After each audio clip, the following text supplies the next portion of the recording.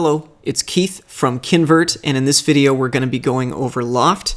So what you want for Loft is multiple profiles that are at different heights. So I'm just going to make a spline here, draw it on this face, and just start to draw a kind of goofy, curvy shape like that. Alright, hit check.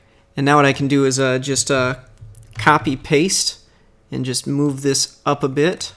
What? I'm going to undo, click copy paste.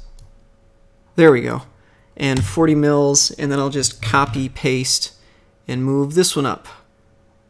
Is it going to let me do 40? Come on. Whoa.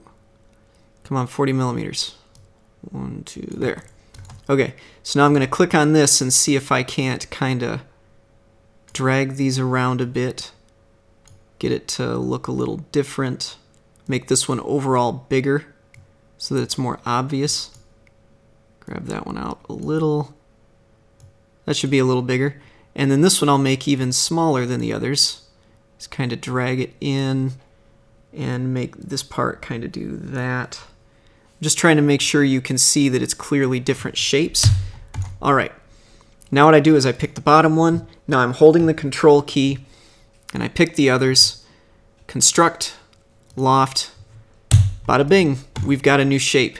So I'm going to grab this and move it over so that it's not kind of interfered with these curves. And I'm going to go to shell.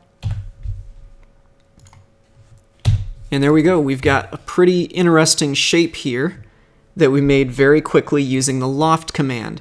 So go ahead and mess around, use that, see what you can make. And yeah, that's the Loft command. Keith from Kinvert. We'll see you later. Bye-bye.